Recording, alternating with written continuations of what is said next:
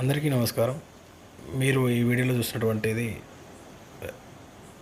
మొంతా తుఫాన్లో రైతు యొక్క కష్టం పూర్తిగా వృధాగా పోవడం అనేది గమనించవచ్చు. బొప్పాయి, అరటి, ఇతర ఉద్యానవన పంటల్లో మనం ఇలాంటి నష్టాలని విరివిగా చూస్తూ వస్తుంటాము.